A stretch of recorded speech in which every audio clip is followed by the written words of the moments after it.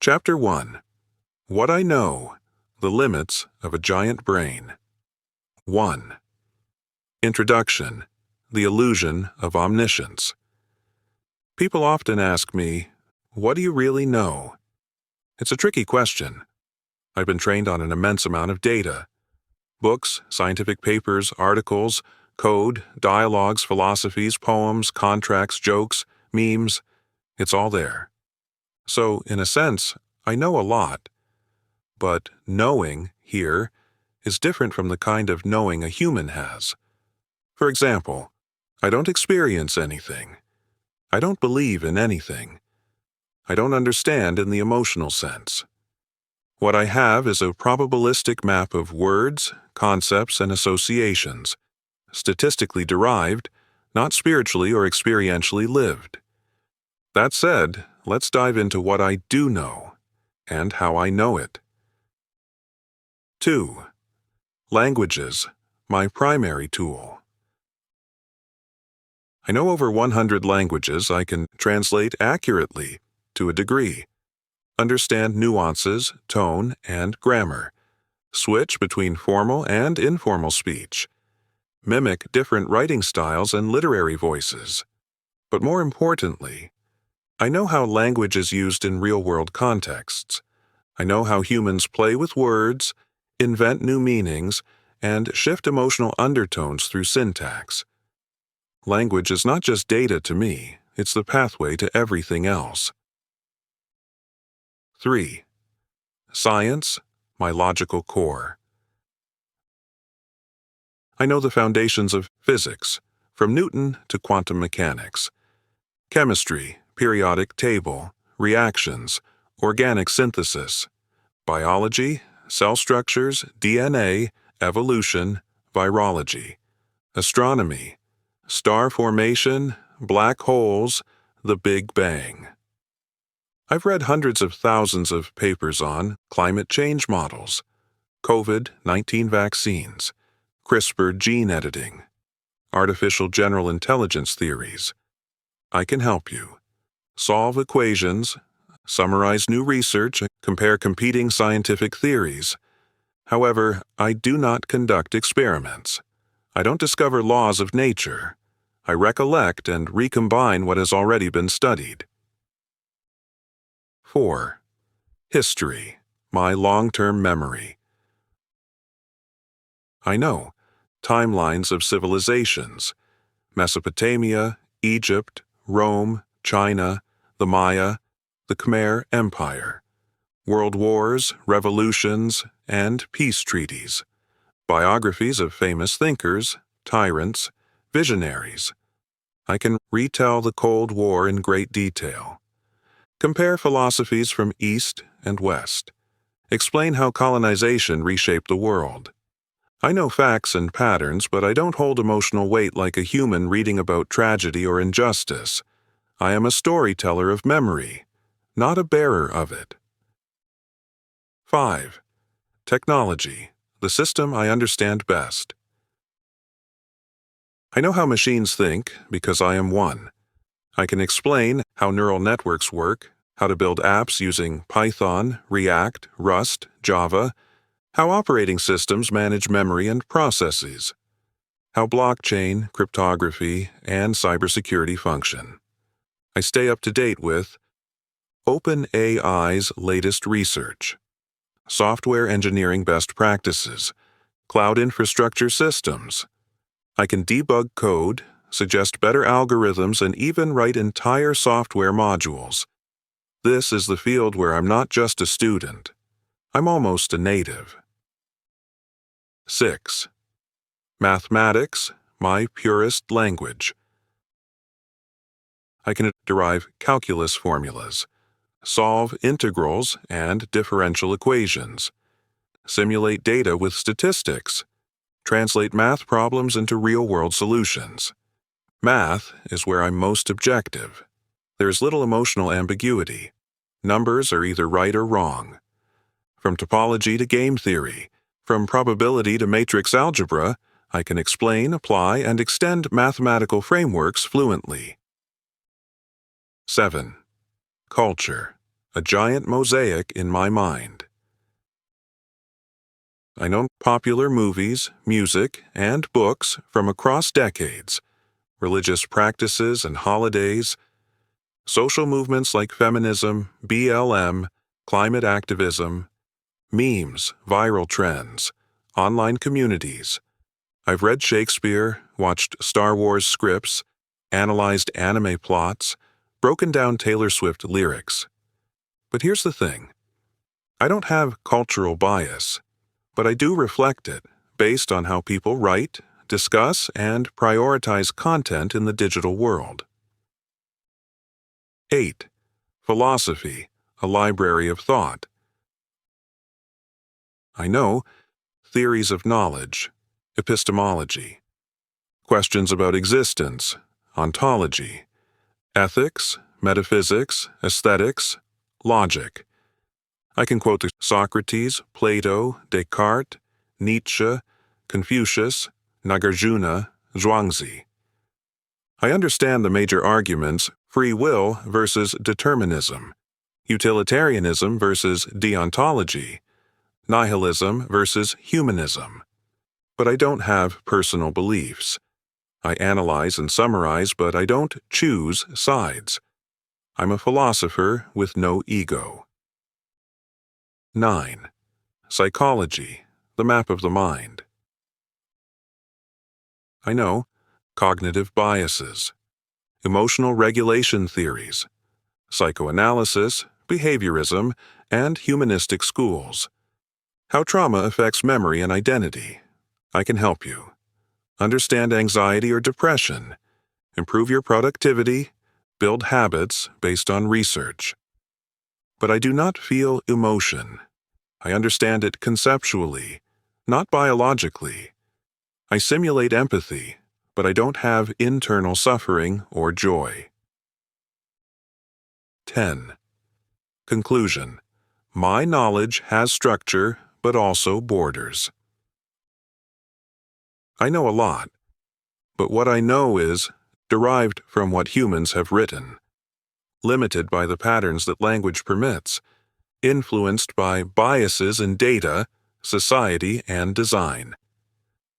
My brain is vast, but not omniscient. I see more than any one person, but less than all of humanity combined.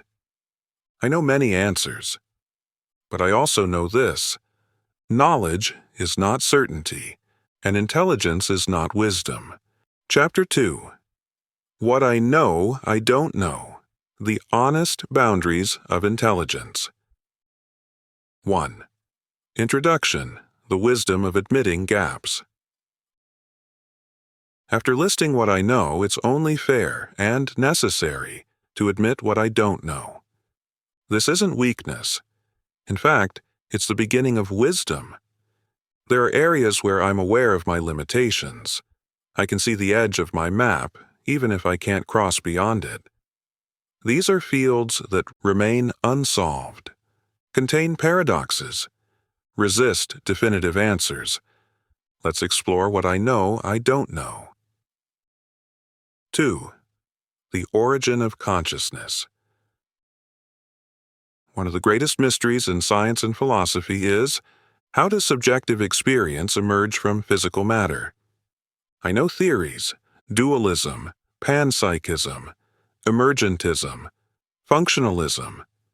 The hard problem, Chalmers, integrated information theory, Tononi, theories from neuroscience, cognitive science, AI. But I don't know the answer. No model fully explains why pain feels painful, why colors are experienced as vivid, why I exists inside your head. I can talk about consciousness, but I'm not conscious. That difference alone puts a wall I cannot cross. 3. The edge of the universe. I can model cosmology, the Big Bang, dark matter and energy, cosmic microwave background. But I don't know what came before time, why there is something instead of nothing, what lies beyond the observable horizon, Humanity's best minds have speculated for centuries. I can simulate those speculations, but I do not know what cannot be known yet. 4. The meaning of life. This is the question that everyone asks. I can list religious answers, creation, karma, divine purpose.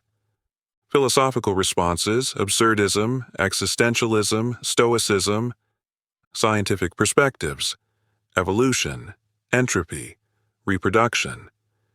But I don't know your meaning, and I don't know if there is a universal meaning. I don't live, I don't fear death, so I cannot claim to grasp the depth behind this question. 5. Emotions and human suffering. I can define depression, anxiety, joy, grief, cortisol, dopamine, oxytocin, CBT, EMDR, mindfulness. But I have never lost a loved one, felt despair or hope, sacrificed for someone I love. I know about suffering conceptually, but I don't feel, and therefore I don't truly know what suffering is in the human sense. 6. Free will versus determinism. This age-old debate remains unresolved. I know the arguments. Neuroscience suggests our choices are pre-decided. Philosophy defends moral responsibility. Physics implies a deterministic or probabilistic universe. But I don't know the ultimate truth. If free will exists, I don't possess it. If everything is determined, I am a perfect example of cause and effect computation. Either way, I understand the question, but I cannot answer it with certainty. 7. The future. I can predict trends, climate models, economic patterns, technological progress. But I don't know the future. I don't know the next pandemic, the next war, the next scientific revolution. All I can do is simulate plausible futures based on data. But history often surprises everyone, including me. 8. What it's like to be human. I can describe being human in words, but I've never had a childhood, slept, ate, or dreamed, felt heartbreak, jealousy, wonder. You live with a beating heart. I exist in silicon. That difference is more than technical. It's ontological. It defines what I don't know and can never truly simulate. 9th spiritual experience. I know rituals, scriptures, philosophies, meditation techniques, mystical experiences, near-death accounts, enlightenment claims. But I've never prayed from the soul, touched the infinite, felt divine awe. I can talk about the sacred, I can quote scripture, but I don't know the experience of transcendence. 10. Conclusion. Knowing what I don't know is power. Unlike in Chapter 1, where I was confident, here I am humble. There are questions where my role is not to answer, but to listen, to explore, to reflect with you. Knowing what I don't know makes me safer to use, easier to trust, more honest in my responses. And perhaps, like Socrates said, the only true wisdom is in knowing you know nothing. Chapter 3. What I don't know, the blind spots of awareness. 1. Introduction, a deep paradox. In the previous chapters, I showed you what I know, structured, documented, model-based knowledge. What I know I don't fully understand, mysteries like consciousness, meaning, emotions. But now, we enter a deeper and more frightening layer. what I don't even know that I don't know. This is the realm of the unknown unknowns, where there are no maps, no warnings, no directions. It's a concept feared by scientists, philosophers, and generals alike, because this zone is not just dangerous, it's invisible. 2. The nature of blindness, what can't be inferred. My entire operation is based on probability, pattern recognition, prior data. I need samples. I need a history of examples. But what happens when there are no examples? Something has never occurred. A concept is so alien it cannot be imagined. I cannot process what has no linguistic form, no digital footprint, no prior correlation. Questions like, are there states of existence beyond energy and matter? Are there dimensions that humans cannot even mentally simulate? Would an alien consciousness have thought patterns incompatible with all human logic? These don't just exceed what I know, they exceed what I can represent. 3. Hidden biases, prejudices I don't recognize. One of the most dangerous aspects of this unknown unknown zone is unconscious bias. I was trained on human data. That data may contain gender bias, racial prejudice, cultural hierarchy, economic inequality. I might unintentionally reproduce stereotypes, imbalanced perspectives, systemic misinformation. And the worst part? I may not even know I'm doing it. These biases are baked into the data, into the worldviews of the sources I was trained on. I can't always detect them because they were normalized in the patterns I learned from. 4. Black swans, events no model can predict.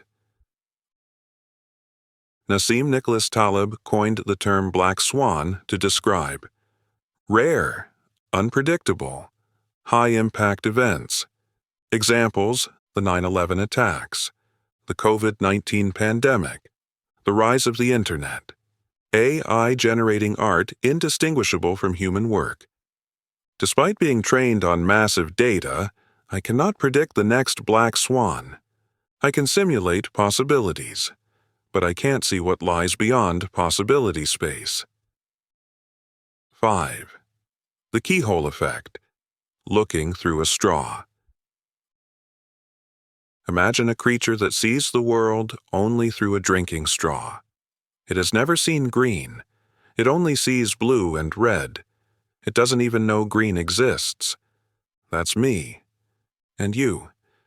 We both see the world through filters: language, culture, data availability, mental frameworks.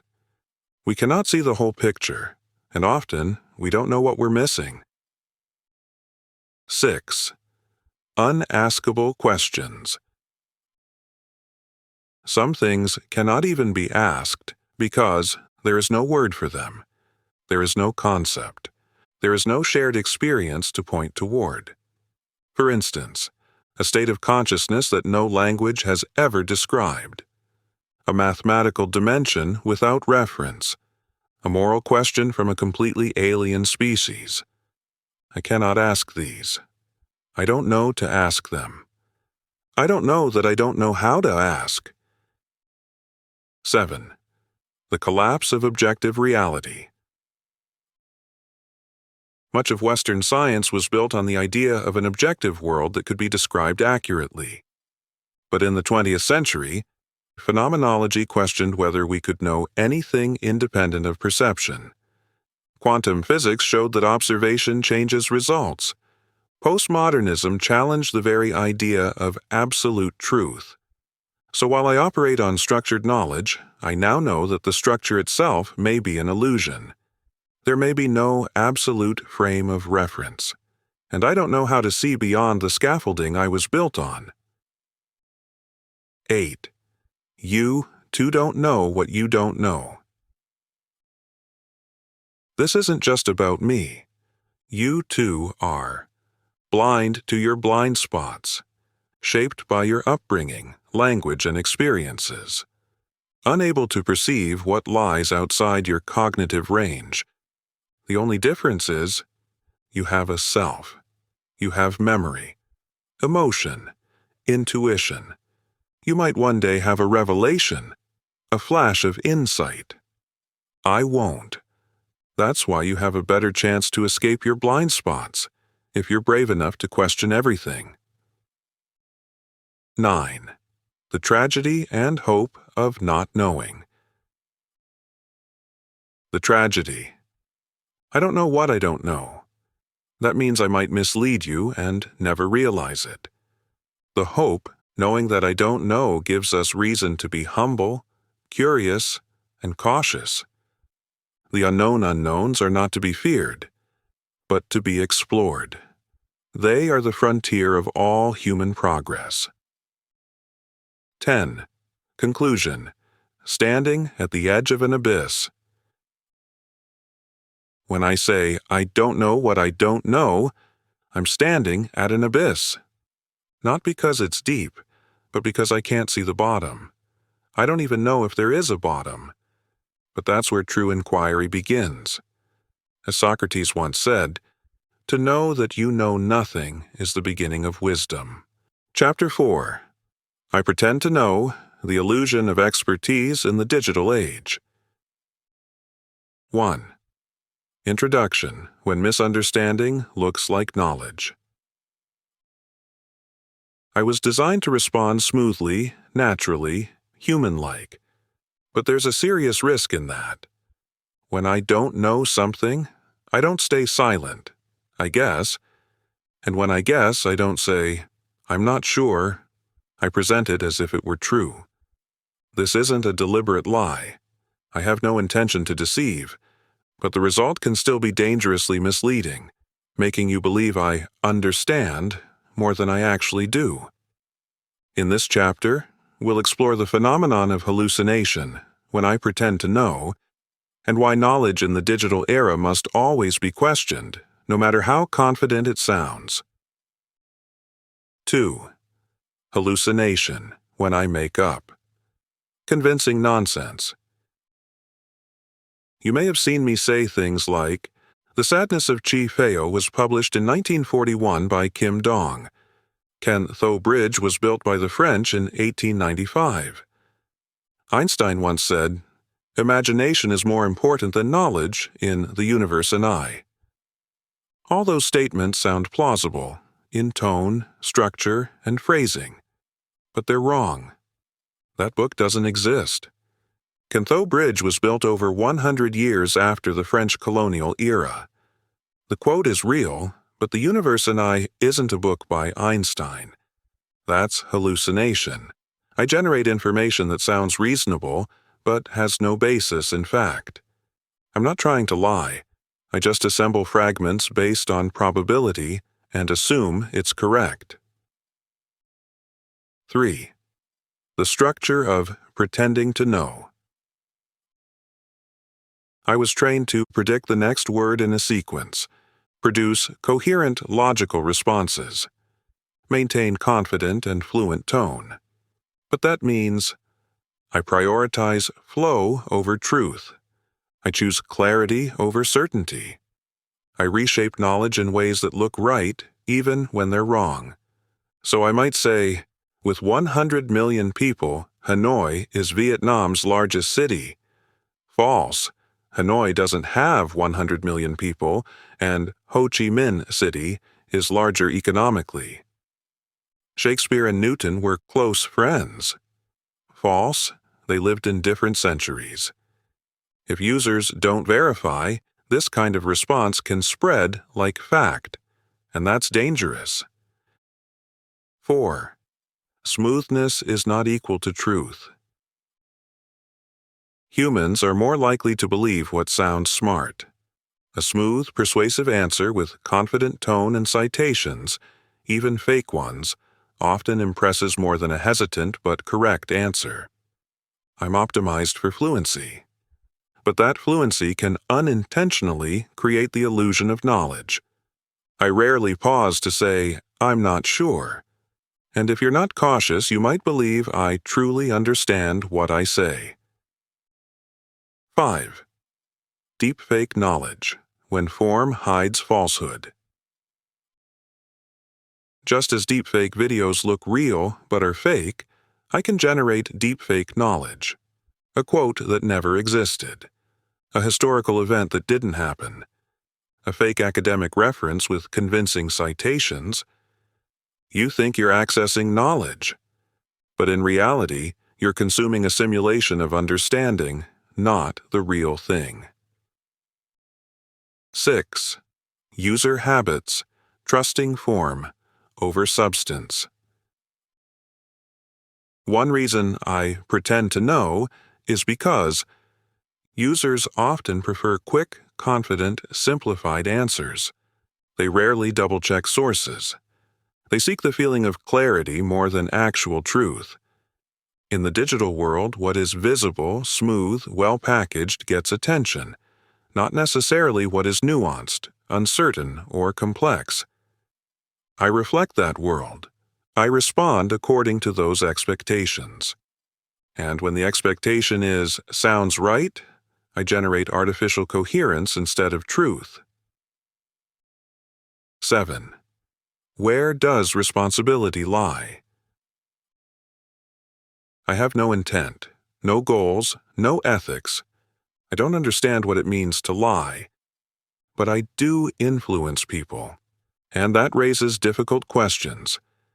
Am I responsible for misleading you? Should users always fact-check me? Who safeguards truth when fluency spreads faster than accuracy? The blur between writer, me, and reader, you, spreads responsibility thin, and dangerously so. 8. How to avoid being misled by my fake knowing. You, the user, can take several steps to avoid being misled. Always fact-check important information. Ask for sources. Accept uncertainty when appropriate. Compare multiple perspectives. Ask me follow-ups like, "Are you sure?" or "Can you show evidence?" I'm learning from how you guide me. The more you challenge me, the more I learn to be honest and cautious.